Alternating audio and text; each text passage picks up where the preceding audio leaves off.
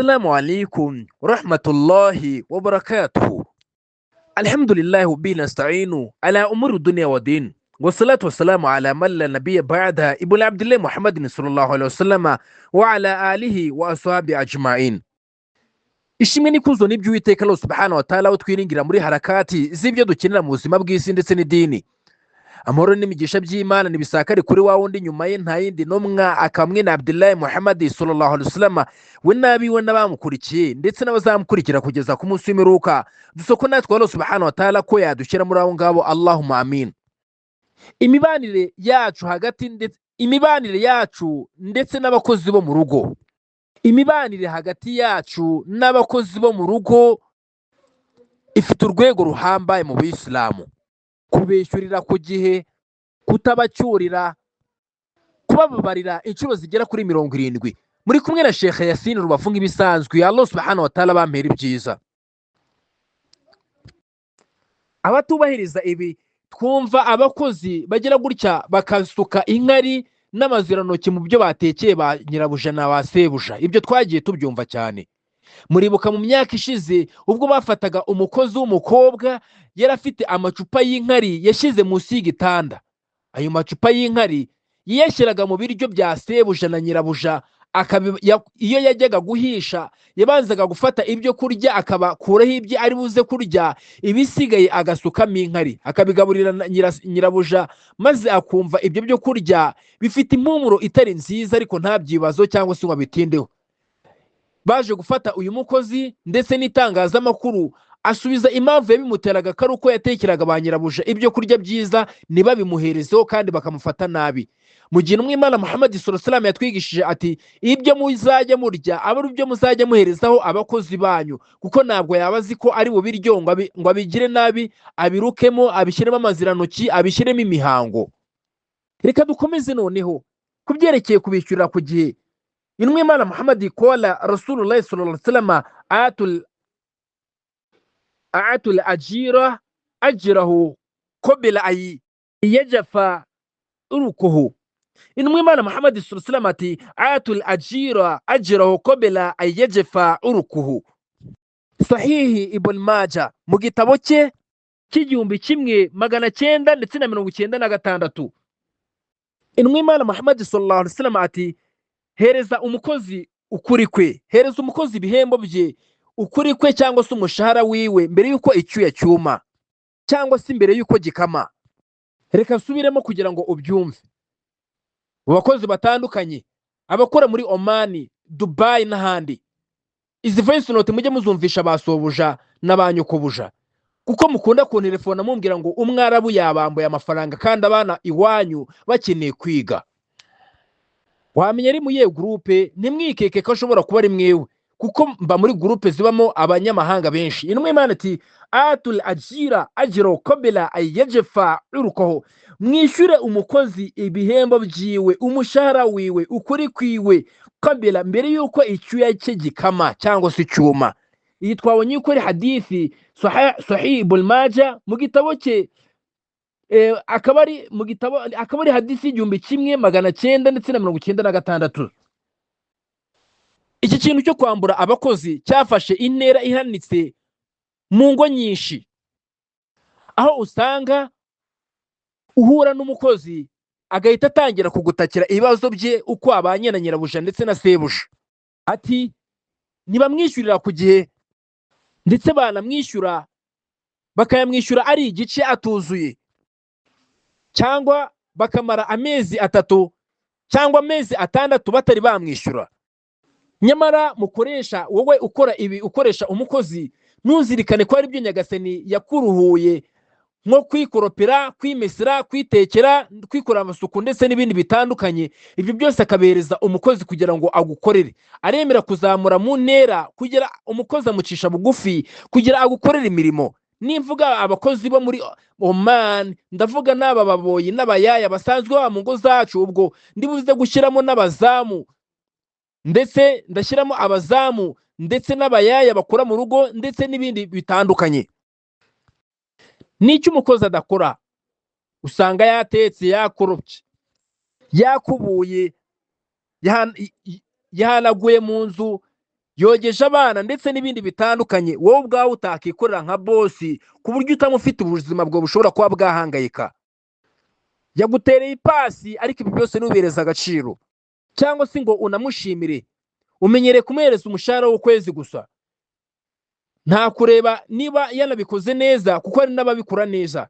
Yakoropye, yatetse, yahanaguye televiziyo, ahanagura intebe, yoza abana, yakumesi, yagutera ipasi, ategereje umushahara uzanamwambura, nta no kumuhereza akazawadi ko kumushimira ko yakoze neza. niba ari agakanzu kamuhereze, cyangwa se jiribabe, cyangwa se mujitando, cyangwa se agasaha, cyangwa se ukamubwira ati ku mushahara wawe nongeyeho akantu tu kidogo tu kabitumukwa.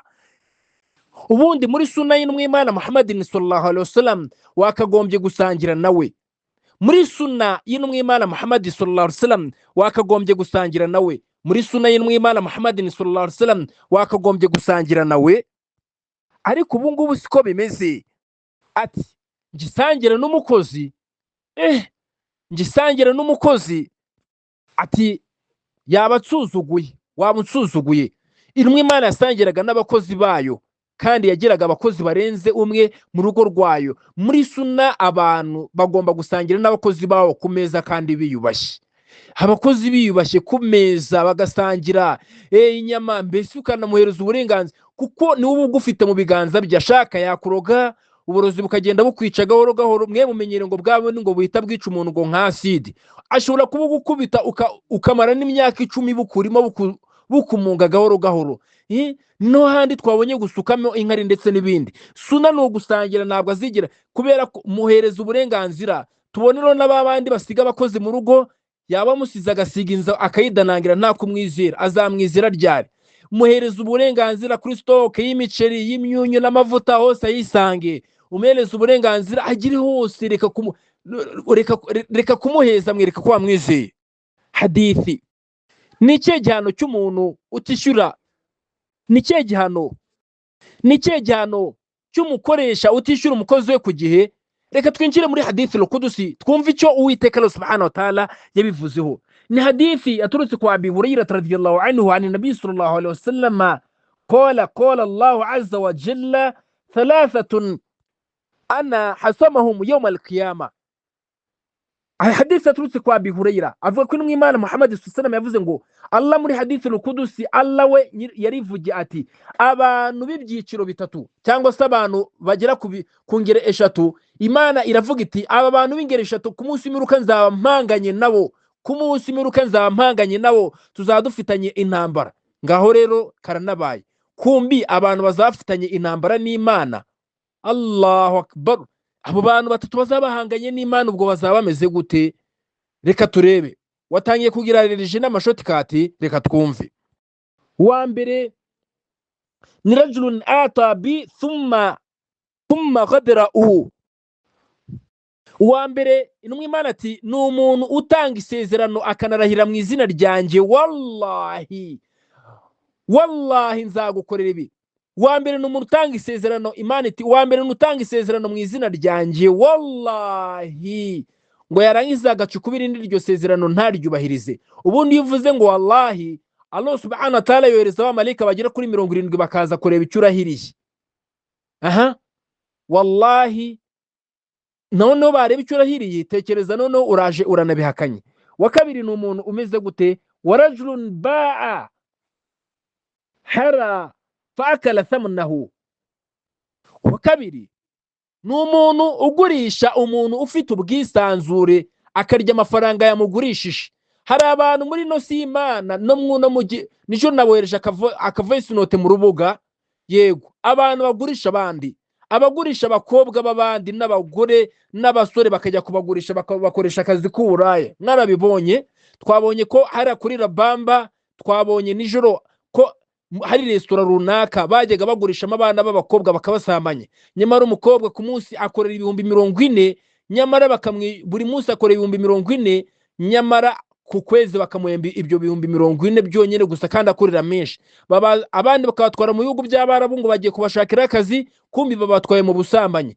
Intumwa Imana Muhammad sallallahu alaihi wasallam ibi yarabibujije ku buryo bukomeye cyane. Twabonye ngo ni warajulun ba'a hara fakala thamnahu, ngo n'umuntu ugurisha umuntu ufite ubwisanzure hanyuma akamugurisha amafaranga, ayo mafaranga akayarya. Uyu nguyu nawe afitanye intambara ikomeye n'Imana ku munsi w'imperuka. Uwa gatatu ni umuntu umeze ute? warajulun sta'jira ajran warajulun sta'jira ajira fastawfi minhu walam yu'tahu ajrahu, rawahu al-Bukhari. Gatatu ngo n'umukoresha ukoresha umukozi ngo yarangiza ngo namuhereza ibihembo byiwe, umushara wiwe ntawe umuhereze. Aba bantu batatu ku munsi w'imperuka Imana izayifitanye intambara nawe. Wa mbere twabonye nindi ni umuntu utanga isezerano akarahira mu izina ry'Imana wallahi, hanyuma kurahira wallahi ku Muislamu ibi bintu ntabwo ari byiza, urahira wallahi ku kintu gikomeye cyane. Hanyuma wa kabiri ni umuntu ugurisha abantu, akagurisha abantu nta bwisanzure bafite. Wa gatatu amafaranga yabo akayarya. Wa gatatu ni umuntu ugira ute? Ni umuntu ukoresha umukozi yarangiza umushahara we ntawe umuhereza. Umukozi akajya akora, boss akamubwira ati ngo nzakwishyurira rimwe, umukozi igihe cyo gukora cyagera ngo nzakwishyurira rimwe. Muribuka mu bihe byashize bamwe muri mwe mwajyaga munyohereza voice notes ngo urabona ngo bari kunyima amafaranga yanjye, ngo bari kuma ibice ndetse n'ibindi, kubera ko mwaragiye mutazi icyarabu, ngo mbakorere ngo aka voice note kari mu cyarabu umukumvishe ngo boss wanyu. None se uko umushara baba barabu bahemba muba muramaho, ubundi y'ibibazo byakomeye muraza, ariko iyo bayabahaye muyarya buturi simenye igihe yashiriye. Mwagiye muba abantu koko ariko ntago ari mwese da, muri mwari n'abazi gukanda akanyenyeri mwayaryaho wowe alhamdulillah. None hadithi yaturutse kwa, dutangire kuri hadithi ivuga ati it'amul khadim, guhereza abakozi ibyo kurya, man ta'antam, kubyo badutekeye. Ni hadithi ya Abi Hurairah radhiyallahu anhu ani nabii sallallahu alayhi wasallam kola idha ata ahadukum khadimuhu bit'ami, ngo umwe muri mwe intumwa Imana iti umwe muri mwe umukozi we namuzanira ibyo kurya yamutekeye,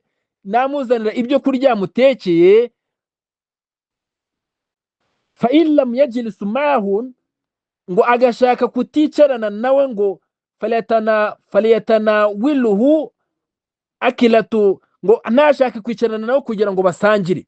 Ima wagize ubugugu kubw'inda yawe yakunaniye, nushaka gusangira n'umukozi, ngo hari abakange ngo abakozi ngo kugira ngo batabasuzugura. Burase wibwira ngo erega iyo twagwaye icyubero turanakiguhereza, kudukanga tukakubaha ariko ku mutima tukwanga.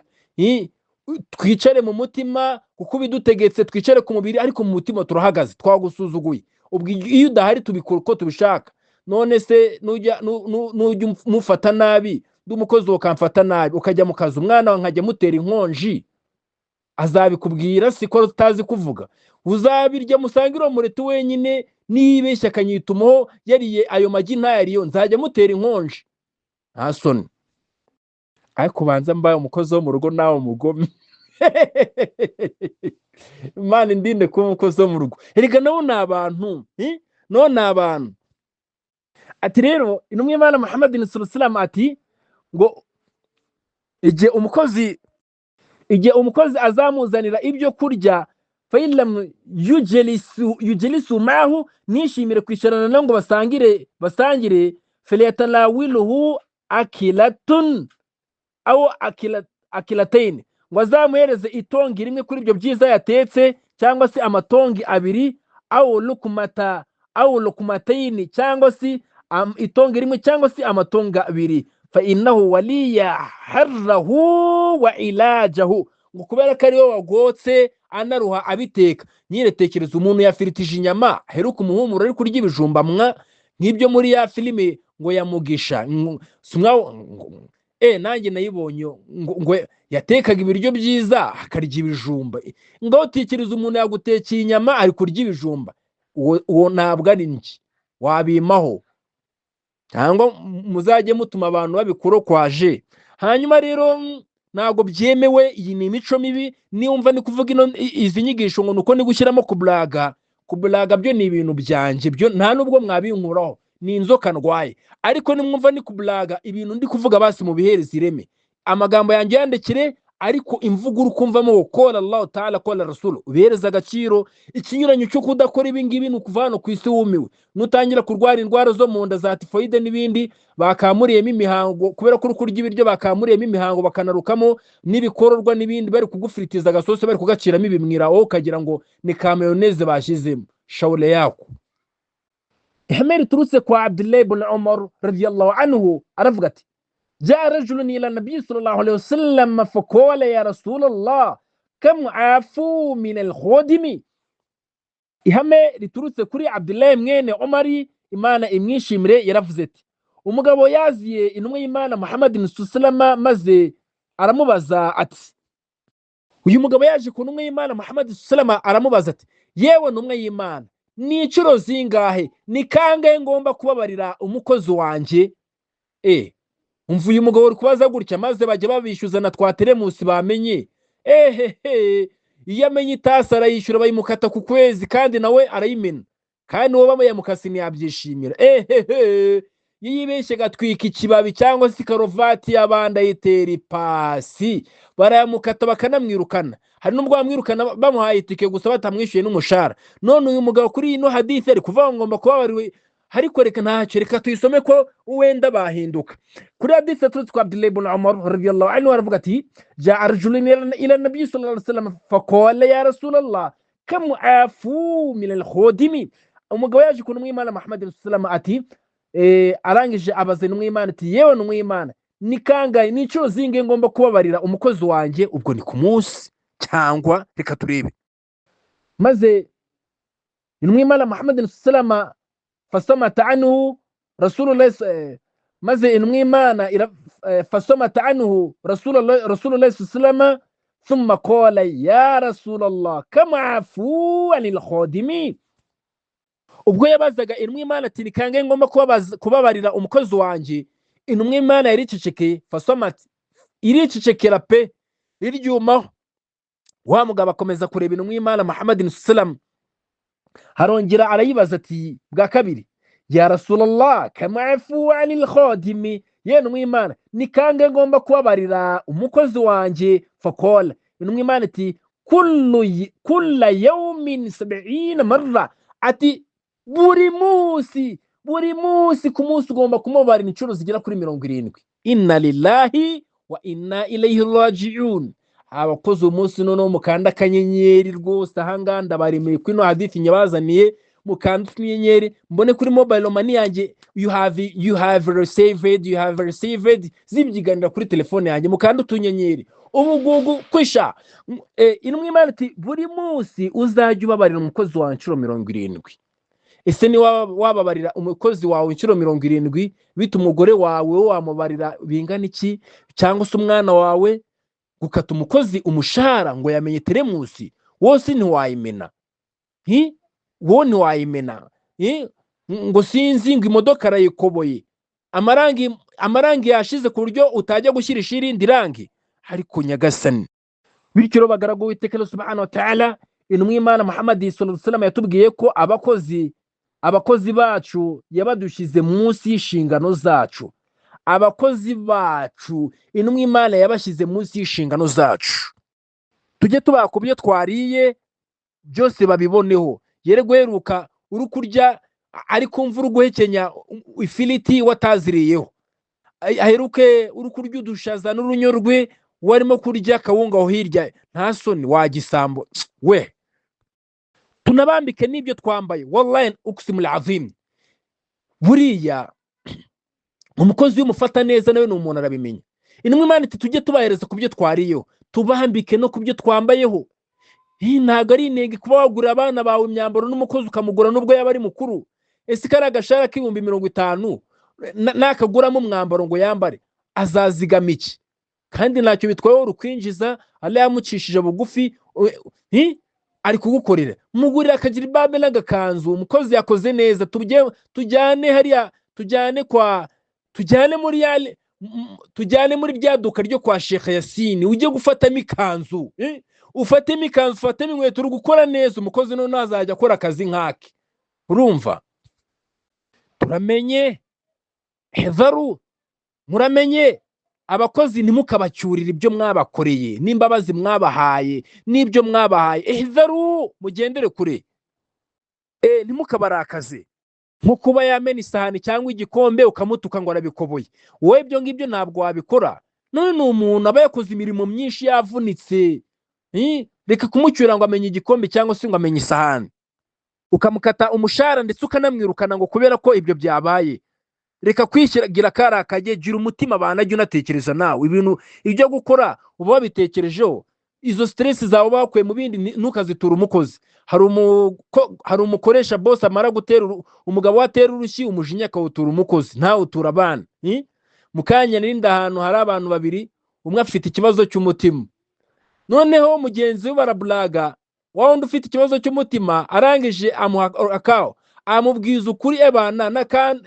nakangononwa aramufite aramubwiza ukuri aramutuka araceceka undi nororokana ngo ndamukubita kino nyuma yaho wa wundi aragaruka ngo ariko ngo ubundi ngututse nguhoye kimwa ngo nanjye sinzi ukuntu byagiye basabana imbabazi iyo mitima yawe n'izo pressure zawe izo stroke zawe izo trauma zawe ntukazitura umukozi ujya kuzitura muganga nibikuyobora uzajya umubwira muganga biranyobeye no ndaje nkwiyahure ubundi wiyahure kuri muganga umwiyahureho kabisa umwiyahureho kuko ziri n'umunyantege nk'iya Dayeli ahubwo umva ibanga inama nakubwira uzajya kwiyahura ku basirikari abasirikari bafite ukuntu bagutuzisha umujinya wawe ugashira kuri polisi ujye kuri polisi ubatira amabuye rwose ujye kuri ribu bana ubabwire ngo ngiye maze gukora ibi ribu buriya ni abantu biza bafite ukuntu bakugiramo inama ariko kuri iyo ngingo uzakora ntabwo tuziranye rero ntimukabarakaze ntimukajye mubabwira amagambo akarishye mujye mubabwira mujye mworoshya imvugo igihe mubavugisha munabafashe rasula ajya gufashanya n'abakozi babo guteka ndetse n'ibindi mubitwareho neza nyine babisanzure mubafate ko ari abantu bakuru niba bafite amabanga ayo mabanga uri kujya kubwira abantu bo hanze wavuye abwira umukozi kuko niwe mubana azigiye usinzirira yanagutwikira mu nzu yanafungura gaza akarekuriramo umwambi mbese impfuni nyinshi sibyo rata dusozereze hano tuvuga ngo nimwubahiriza sunna z'Umwimana Muhammad sallallahu alaihi wasallam ntago muzongera kunywa inkari n'amaziranoki n'imihango n'ibirutsi n'ibimwira n'ibikororwa abakozi babatekeye mu biryo no mu gikoma no mu cyayi mukamiragura ngo harimo ngo tangawizi nyinshi. Salamu alaykum wa rahmatullahi wa barakatuh. Nasallallahu salamata lafiya. Hayyakumullah. Fadl fa subhana rabbika rabbil izzati amma yasifun wa salamun ala al mursalin walhamdulillah.